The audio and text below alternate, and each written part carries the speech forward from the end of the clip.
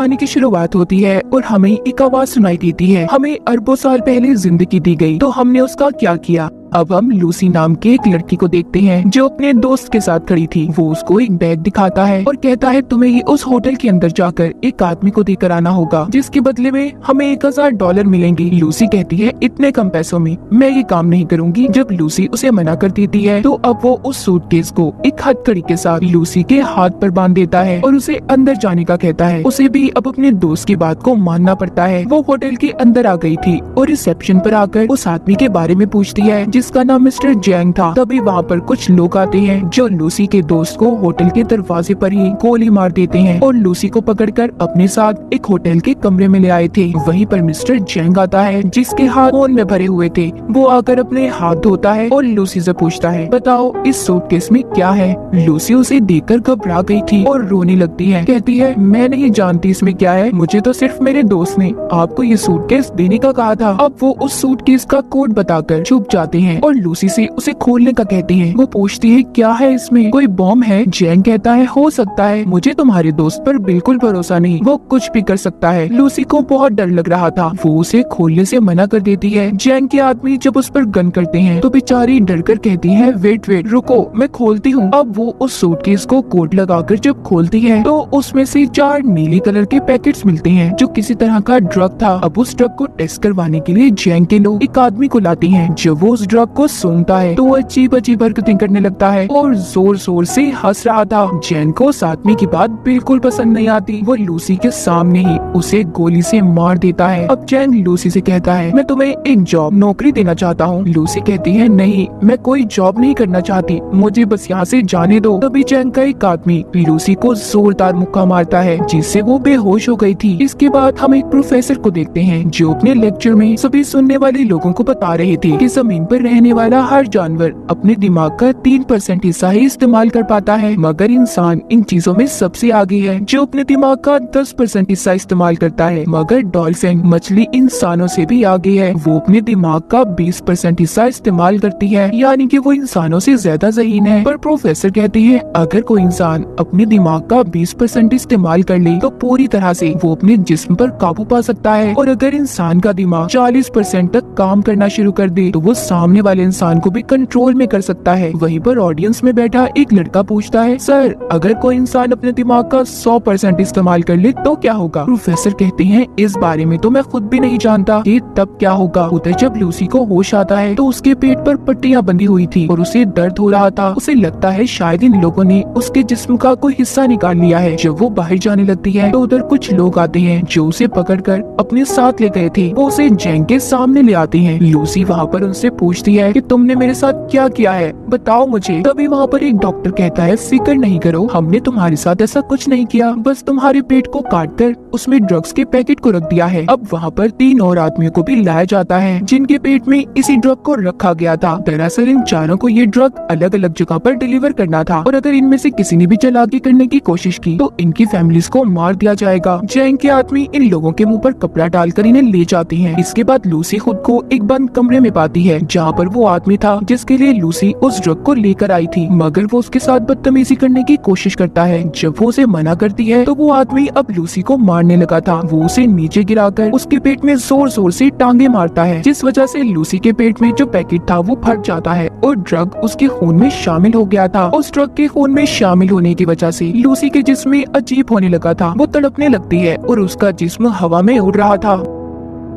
जब उसको होश आता है तो लूसी अब नॉर्मल हो गई थी। वो पहले जैसी लूसी नहीं रही थी। जब वो आदमी दोबारा से उसके पास आता है जो पहले उससे बदतमीजी करने की कोशिश कर रहा था, तो अब वो उसे खूब मारती है और उस जगह से बाहर आ गई थी। वो बाहर आकर वहाँ पर सभी बैठे हुए लोगों को मार देती है। इस लड़ाई में लूसी को भी एक गोली लग गई थी, मगर वो बड़े ही आराम से उस गोली को अपने जिस्म से अपने ही हाथ से बाहर निकाल देती है। दिखने में ऐसा लग रहा था कि जैसे उसे कोई दर्द ही महसूस ना हो। अब लूसी उस जगह से बाहर निकलकर कुछ और लोगों को अपनी गन से मार देती है और फिर टैक्सी लेकर हॉस्पिटल पहुंचती है, जहां पर कुछ डॉक्टर एक मरीज का ऑपरेशन कर रहे थे। वो स्क्रीन पर जब उस मरीज के दिमाग को देखती है, जिसके बाद उसे गोली मार देती है और डॉक्टर से कहती है कि यह आदमी वैसे भी मरने वाला था, मगर लूसी कैसे जानती थी कि वो मरने वाला है? शायद इस पर उस ड्रग का असर था और इसका दिमाग अब 20% काम कर रहा था। वो डॉक्टर पर गन करके कहती है कि मेरे पेट में ड्रग का पैकेट है, जल्दी से मेरा ऑपरेशन करो और ड्रग को बाहर निकालो। डॉक्टर गन को देखकर डर जाता है। उसके पास लूसी की बात को मानने के अलावा कोई और रास्ता नहीं था, जिसके बाद लूसी अपनी मॉम को फोन करती है और कहती है कि मॉम, मैं सब कुछ महसूस कर पा रही हूँ, ये हवा, जमीन की आवाज, अपने अंदर की आवाज, सब कुछ, यहाँ तक कि मुझे अपने बचपन की सारी बातें याद हैं कि कैसे मैं बड़ी हुई। लूसी अपनी मॉम से बात करती रोने लगी थी और उनका शुक्रिया करती है कि उन्होंने उसे इतना प्यार दिया। डॉक्टर अब उसका ऑपरेशन करते हैं। उन्होंने एक पैकेट को उसके पेट से बाहर निकाल लिया था कि इतना सारा CPH4 ड्रग, वो भी इतनी मिकदार में। डॉक्टर ये सोचकर हैरान और परेशान थे कि लूसी के जिस्म में अगर ये ड्रग शामिल हो गया है तो वो अब तक कैसे जिंदा है। लूसी डॉक्टर से कहती है कि मैं ज्यादा देर जिंदा नहीं रह सकती। वो अब ठीक होकर चैंग के पास वापस जाती है और उसके सभी आदमियों को एक एक करके मार देती है। फिर उसके बाद वो चैंग के पास जाकर उसके दोनों हाथों में चाकू को मारकर उससे पूछती है कि मुझे बताओ, बाकी के आदमी कहाँ पर हैं जिनके पेट में तुमने ड्रग को रखा था? मगर जैंग जब उसको कोई जवाब नहीं देता तो वो अब उसके दिमाग को पढ़ने लगती है, जिससे लूसी को उन आदमियों की लोकेशन के बारे में पता चल गया था जहाँ पर उन्हें भेजा गया था। दरअसल लूसी का दिमाग उस ड्रग की वजह से हद से ज्यादा काम कर रहा था। वो यहाँ तक ये भी देख सकती थी कि कैसे दरख्त जमीन से उगते हैं और कैसे अपनी खुराक लेते हैं। अब लूसी अपनी एक दोस्त के घर जाती है, जहाँ पर वो उसका लैपटॉप इस्तेमाल करके उस प्रोफेसर के बारे में पता करती है जो हमने कहानी के शुरू में देखा था, जो दिमाग के ऊपर लेक्चर दे रहे थे, जिनका नाम सैमुअल था, जो पिछले 20 सालों से इंसानी दिमाग के ऊपर रिसर्च कर रहे थे। वो अब उनके बारे में सब पता करके उन्हें कॉल करती है। लूसी उन्हें बताती है कि मैंने आपकी वेबसाइट पर 7000 पेजेस को पढ़ लिया है, मैंने पूरी रिसर्च पढ़ी है जो मुझे जुबानी याद है। लेकिन प्रोफेसर सैमुअल को उसकी बातों पर जरा भी यकीन नहीं था। तभी अगले ही पल लूसी प्रोफेसर सैमुअल की टीवी स्क्रीन पर होती है, क्योंकि उसने अपने दिमाग का 28% इस्तेमाल कर लिया था। वो अब सभी इलेक्ट्रॉनिक्स चीजों को कंट्रोल में कर सकती थी। लूसी उन्हें बताती है, आपने अपनी रिसर्च में जो कुछ भी लिखा है सब कुछ सही है, मेरे दिमाग में बहुत सी बातें हैं, मैं इनका क्या करूं, मैं बहुत कुछ जानती हूं। तो प्रोफेसर सैमुअल कहते हैं, फिर तो तुम्हें ये सब बाकी लोगों को भी बताना चाहिए। लूसी अब प्रोफेसर सैमुअल से मिलना चाहती थी। सबसे पहले वो बेस बदलकर एयरपोर्ट पर जाती है, जहाँ पर उसे वो आदमी मिलते हैं जिनके पेट में जैंग ने ड्रग्स को रखवाया था। वो इस बारे में पुलिस को बता देती है और साथ ही उनके स्क्रीन पर उनकी तस्वीरों को भी भेज दिया था। पुलिस जिसके बाद अपना काम शुरू करती है और उन लोगों को पकड़ लेती है। लूसी ने अब अपने दिमाग का 40% इस्तेमाल कर लिया था। उसके जिस्म में जो सेल्स थी वो टूटने लगते हैं और उसकी चीजें जल रही थी। वो सबसे छुपकर खुद को वॉशरूम में बंद कर लेती है और जल्दी से ड्रग के पैकेट को निकाल कर लेने लगी थी, जिसको खाते ही वो बेहोश हो जाती है। जब उसको होश आता है तो वो खुद को हॉस्पिटल में पाती है। वो अपने दिमाग का अब 50% इस्तेमाल कर पा रही थी। वहाँ पर पुलिस भी आ जाती है जो लूसी को गिरफ्तार करने आई थी, मगर लूसी अपनी ताकत का इस्तेमाल करती है। उसने इंस्पेक्टर के अलावा वहाँ पर जितने भी पुलिस वाले थे सबको बेहोश कर दिया था। जैसे कि प्रोफेसर सैमुअल ने बताया था कि जब इंसान 40% से ज्यादा अपने दिमाग का इस्तेमाल करेगा तो वो दूसरों पर भी काबू पा सकता है, और लूसी के साथ भी ऐसा ही हो रहा था। उसके साथ ऐसा इसलिए था कि जैसे जैसे वो ड्रग की मिकदार को अपने जिस्म में बढ़ा रही थी, उसका दिमाग ज्यादा से ज्यादा काम कर पा रहा था।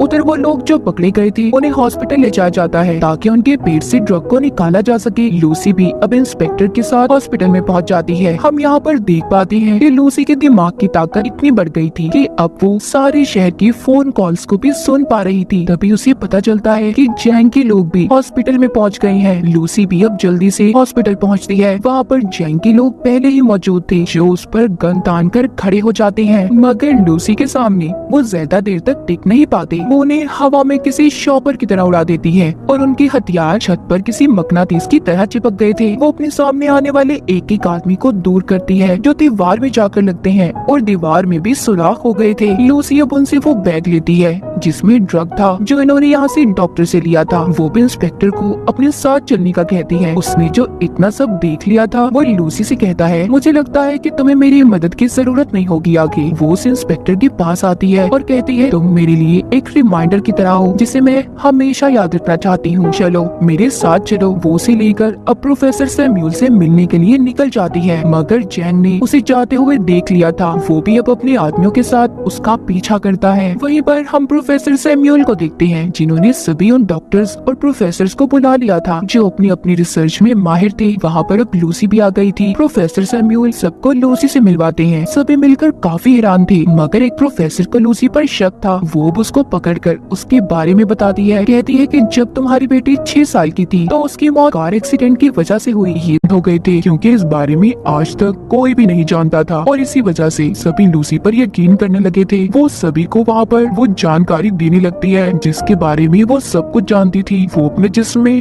म्यूटेंट्स को भी बदलने लगती है। कभी उसका हाथ किसी चुड़ैल की तरह खतरनाक तो कभी एक हाथ को वो 2 हाथों में बदल रही थी। ये देखकर सभी हैरान थी। लूसी कहती है कि हमें हमेशा सिखाया गया है 1+1 2 होते हैं, दरअसल नंबर होते ही नहीं है। ये नंबर्स तो इंसान ने खुद को समझाने के लिए बनाए हैं ताकि उन्हें चीजें आसानी से समझ आ जाए। प्रोफेसर सैम्यूल कहते हैं कि अगर दुनिया मैथमेटिक्स रियाजी पर नहीं चलती तो फिर कैसे चलती है। लूसी उन्हें समझाती है कि एक गाड़ी है जो बहुत तेज चल रही है और चलते चलते वो इतनी तेजी से चलने लगी कि दिखना ही बंद हो जाए। वो नजर तो नहीं आएगी पर चल रही होगी। असल में सिर्फ एक वक्त ही जरूरी है। टाइम वक्त के बगैर हमारा कोई वजूद नहीं। तभी वहाँ पर जैंग और उसके लोग आ जाते हैं। उन्होंने बिल्डिंग को चारों तरफ से घेर लिया था। इंस्पेक्टर लूसी से कहता है हम ज्यादा देर तक उनको नहीं रोक पाएंगे। लूसी अब अपने जिस्म में MPH4 ड्रग की ड्रिप्स को लगवा लेती है जो कि हॉस्पिटल से लेकर आई थी। वो प्रोफेसर को कहती है कि मैं एक कंप्यूटर बनाऊंगी और अपनी सारी जानकारी उसमें महफूज कर दूंगी, फिर जिसके बाद आप उसे एक पेन ड्राइव में स्टोर कर लेना जो आगे की जिंदगी में इंसानों की भलाई के लिए काम आ सकता है। प्रोफेसर जानते थे कि इतने ज्यादा ड्रग्स की डोज लेने के बाद लूसी बच नहीं पाएगी। लूसी भी इस बात को जानती थी, मगर अब वो खुद को सेक्रीफाइस कुर्बान करने के लिए तैयार थी। वो अपने दिमाग के 70% हिस्से को इस्तेमाल करती है, जिसके बाद वो कमरे में मौजूद सभी मेटल्स और एनर्जी का इस्तेमाल करके एक बहुत बड़ा कंप्यूटर तैयार करती है जिसके अंदर वो अपनी सभी जानकारी को स्टोर करने वाली थी। और फिर वो अपने दिमाग का 80% हिस्सा इस्तेमाल करके एक कंप्यूटर तैयार करती है जो इस तरह की नॉलेज जानकारी को स्टोर कर सकता था। लूसी अपने दिमाग को